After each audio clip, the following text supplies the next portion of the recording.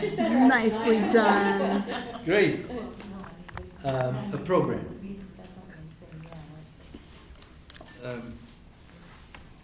I'm here talking to you and tell you about the Holocaust from a personal perspective. Now, I'm sure those of you who had Holocaust survivors come to your class, things change. And I've been to many classes. Show students a film. We used to have flip charts, now we don't. We have now computer-generated projection. They read a book. And they sort of begin to understand some of the facts and the relating things, because you are all, I'm sure, great teachers, because otherwise you wouldn't be here. But there's a change that takes place when a real physical Holocaust survivor walks in. Yeah. Why? Mm-hmm. Because all of a sudden, all this theoretical knowledge is fact. Why? Because you can touch it. Mm-hmm. You can see them. Mm-hmm. You can say, I was there. That's good. That's a resource, right? Would you call that a resource? It's like maybe an important resource. But let me tell you, the Holocaust took place the last time that people were murdered in that way for the Holocaust particularly was 1945.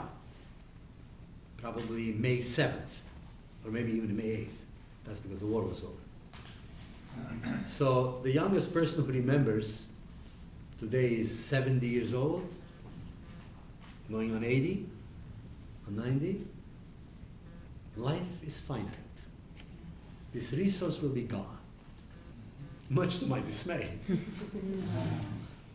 So, who is going to do this? Who will be able to stand up and say, this is what happened to Irving Roth, because I know Irving Roth. I talked to him. I sat with him for hours on end. I know what kind of nutty character he is. I know he likes chocolate and other things. And I know his mother and father, and I know his grandparents, although I never met them. I know them because we spend much time talking about it. Because he painted a picture of his grandfather. He gave me details of it. He even showed me some photographs. I know his name. I know his Jewish name. I even know who he is named after. And I know the town he lived in, and I have a clear picture what he did on a summer afternoon. I know that. I know how he related to his girlfriend who lived 3 doors down. Because I am his biographer. I know what he thinks because I talked to him. I know what he thinks about Pellegrino. I know everything about him because I'm his biographer. In fact, I'm his alter ego because I adopted him, because he's mine. And my job is to tell the world, as long as I live, in whatever situation I'm in, about my survivor. I am him. You can ask me questions about whether he liked milk chocolate or dark chocolate, because I know. I know how he related to his brother, because I know all the stories. So I sat with him. I just didn't read a book. I asked questions. I kept a journal. I lived through his experience, because I adopted him. And therefore I, who am now 15 years old, am Irving Roth. From that perspective. I can get up any day of the week and give you 45 minutes, half hour, 3 hours, because I got it all on tape, I got it all in the journal, I have his book, I have everything, and I have it in my head. Because we lived through, I lived through his life. I took a journey through his life in great detail. That's what Adopted Survivor is all about. Now, why is this important? So, Irving Roth's story is told because it has a lesson. It has a lesson about people who are good, Jews who are good, Christians who are good, Muslims who were good, Jews who were rotten, Christians who were rotten, because I know him. So when the year 2045 comes along, and there is the 100th anniversary of the end of World War II, and we have a Holocaust Memorial Assembly, I can call upon you to give the talk as if you were the survivor.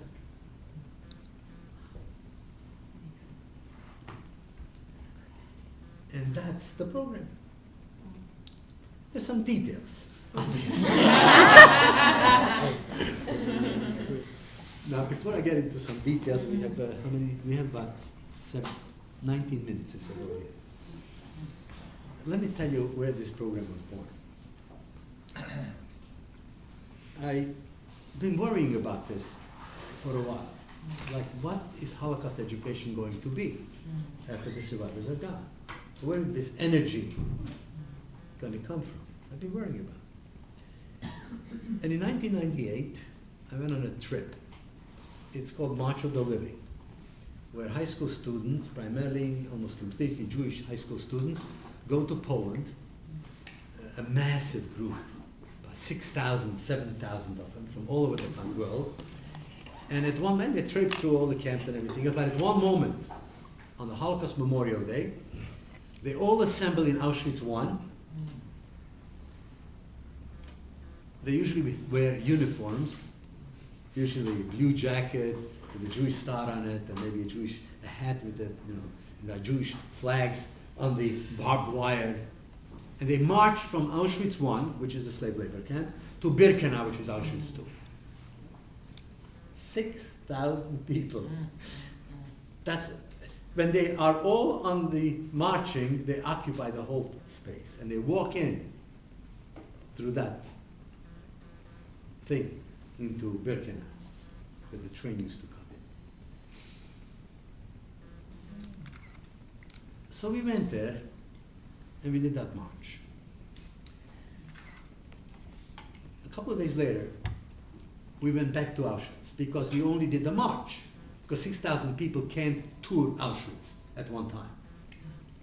So on a Sunday morning, we went back to Auschwitz I, where we went to actually to each barrack, each building, and each building has exhibits in it. Lots of exhibits. There are those, you've seen all the shoes, the millions of shoes, the hair, the toothbrushes, and we go from one to the other. And I'm with my little group, about 100 kids or so, and it turns out that the Polish guide we have to have doesn't speak English. So I said, not to worry, been there, done this.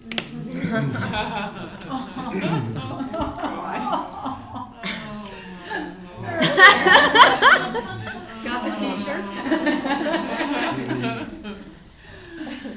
I'll tell you about it. And then we come into one of the buildings, and we go up to the second floor, no exhibit. Posters. Posters. Not with anything on it, except names. Names of people, the Hungarian Jews who survived the selection, and those that were tattooed and actually were brought from Birkenau, from the death camp, to Auschwitz I. And one of the people on the march with me, she was actually the bus counselor, comes over to me and says, "Herb, was your name always spelled I-R-V-I-N-G?" I said, "No. I was born, my name was E-R-V-I-N." And it was changed by the principal of the school because he thought that E-R-V-I-N is not an American name, so we changed it. He says, "Come with me." And I go over there, and my name is there. I look up, my brother's name, my cousin's name. We came from Birkenau to Auschwitz. So, it's kind of, what do you do? What am I supposed to say to these kids? So what occurred to me is that we've been together for a week now. We went to Majdanek, traveling all the death camps, and the destruction in the ghetto. And it was the day we were leaving Poland. That afternoon, that evening, we went flew from Warsaw to Israel. It occurred to me that when they will think of my grandfather,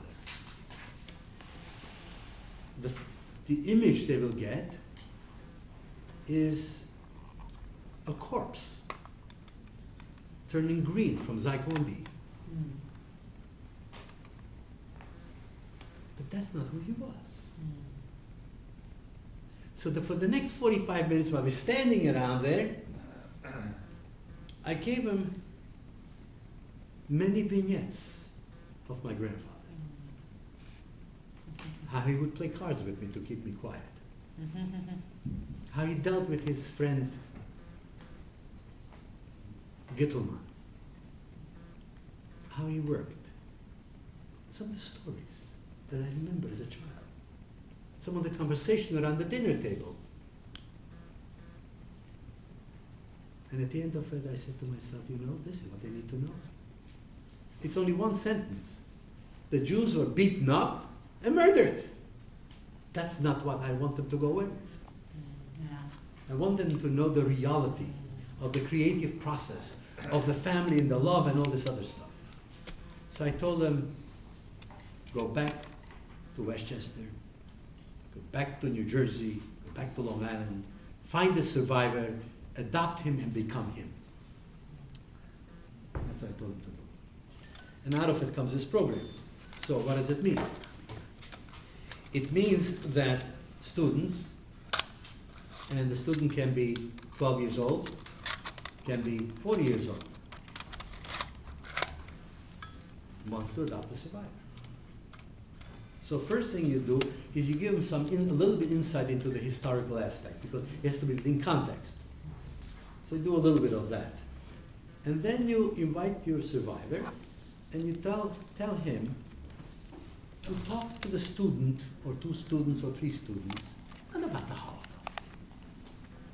Excuse me, sorry to interrupt. I'm here for Act 19, I'm looking for the assistant. 1 second, should be right out.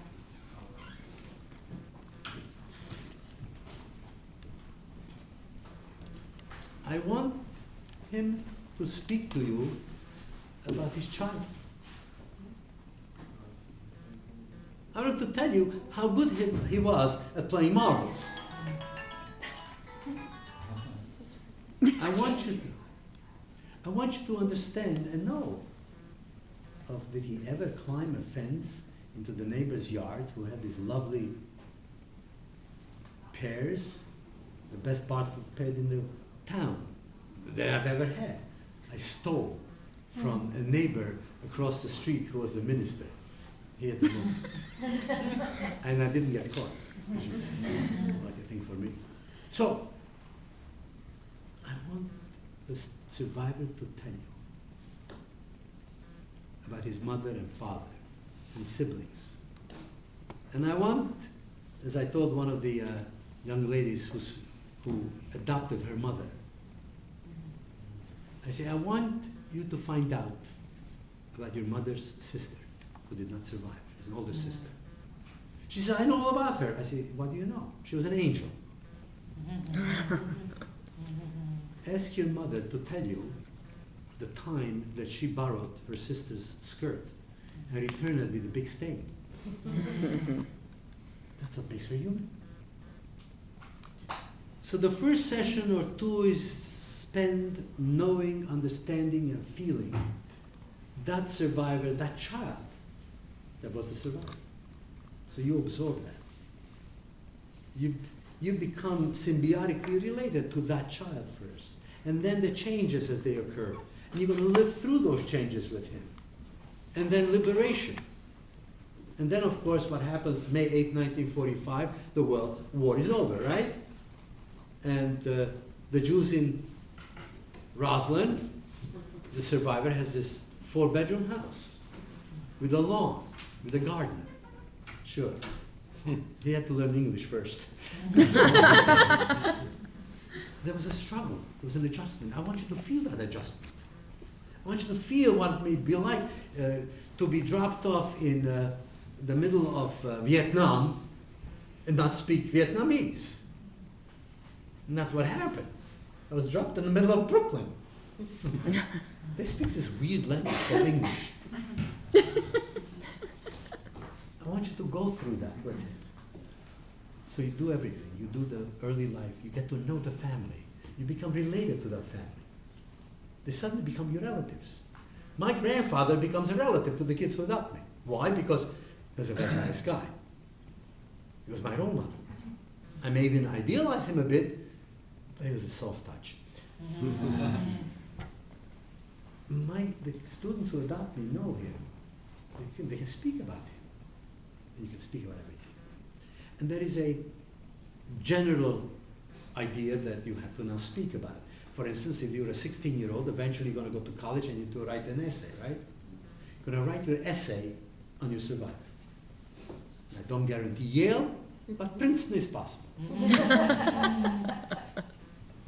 You will then be in a class where the professor will tell you about the stuff that somebody wrote. And you say, not quite. That wasn't quite what happened. This is what I know about the death march. I can describe it to you in detail. This is not what the selection was like. Because in 100 years from now, the Jews will be at fault. The Jews will be the ones who persecute the Germans. You already get some of it. In fact, Ahmad John says it never happened. At the conference in Tehran, it never happened. So your responsibility in the classroom is that. And then comes April of 2045. And you are a senator from New York. Your job on that day is to give a talk to your survivor, to the Senate of the United States. You happen to be running this large law firm, and you're the senior partner, and you're going to be discussing the various cases. So you have this room full of 79 lawyers. Before you discuss the negligent case, you'll give a talk on your survivor. The survivor is alive in the year 2045. How's that for a cute idea? Cute, really cute. So we've been doing this thing for a number of years, and we are presently putting together a database. Because some of you are going to be living in San Francisco, and you'll be the president of your congregation, and you want to have a Holocaust Memorial Day, you want to have an assembly. Right? The Sunday morning sermon would like to be about that, because it's, but you're really not an expert. That's what you do.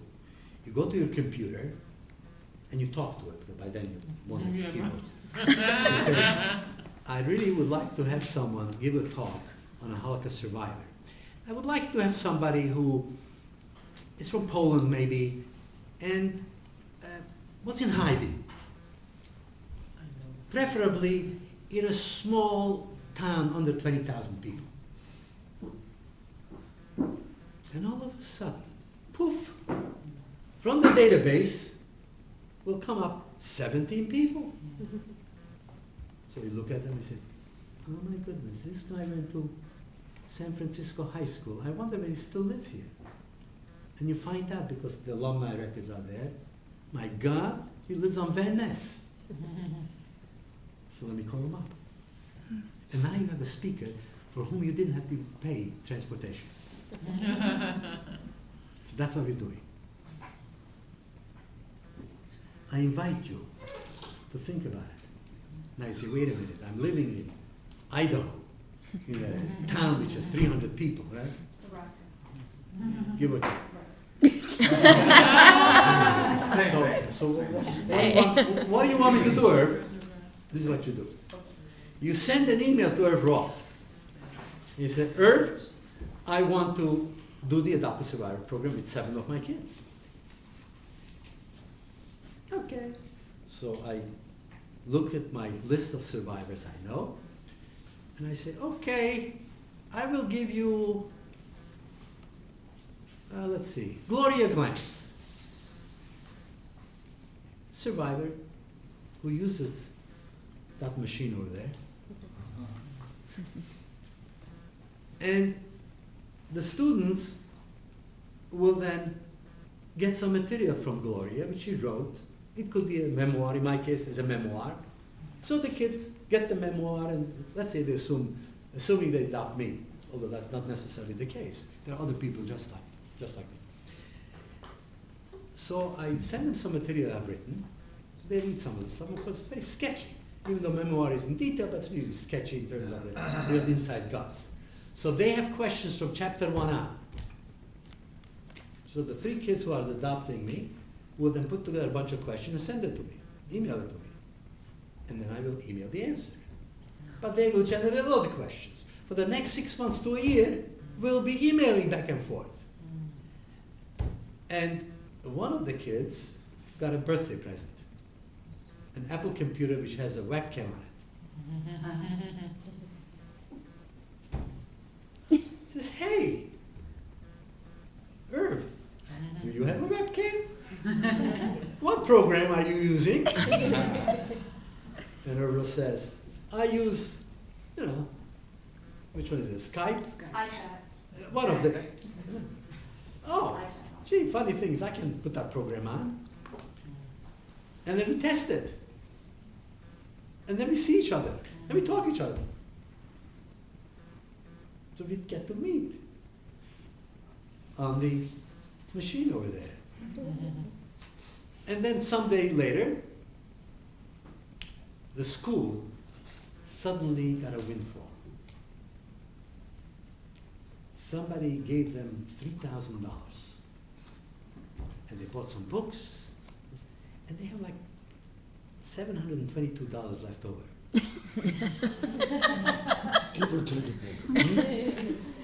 That's approximately what you have left over usually. I say, gee, let me talk to the principal. Wouldn't it be interesting if we could get Irv Roth to come out here? So you send him a ticket. He gets on a plane. He comes to someplace, Boyd. McCool Junction. Cool junction. Well, before he gets to McCool Johnson, he has to go to an airport. Good point. I did one of those. I went to a place called Dillon, Montana. I flew to Salt Lake City on a regular plane. Then on one of those things which has rubber bands to a place called Idaho Falls. Oh. And then from Idaho Falls, I met somebody in a truck. Was it an SUV or a truck? No, with a truck, it had some hay in the back. Yeah. It was one of these farming things. And I climb into the truck, and then we drive. Well, actually, we were driving at some speed I can't really remember because I close my eyes and pray. And we get to Dillon, Montana, which total population is 3,000 when school is in. It's a university town. When it's not, it only has 1,500 people. And I gave a talk. I spent there 2 days. Fabulous time. And then I come back. So that's also possible. Now these kids have a solid connection to someone. So they adopt a survivor. They have a heavy responsibility. So, just so you know that I won't let you go home with nothing. I only made one copy. So you can copy. First there is a short article which I wrote, which sort of explains the program.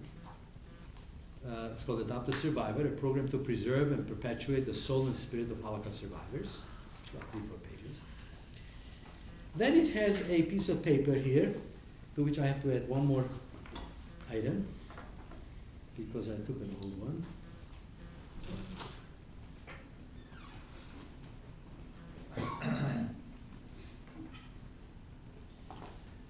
Which the student and parent signs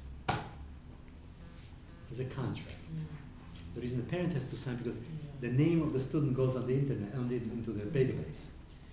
So he does this, and it tells you what he has to do. He engages the survivor with questions, as we're talking about. And then the other thing I have is a booklet. Because to write a memoir or write a journal on a blank piece of paper that stares back at you is kind of very difficult to do. I mean, some people have an easy time to looking at a blank piece of paper and write. Always. Some people are very good at that, but some people like me have a little difficulty. So what I did is I said, And what we'll do is there's some introductory material necessary. Questions.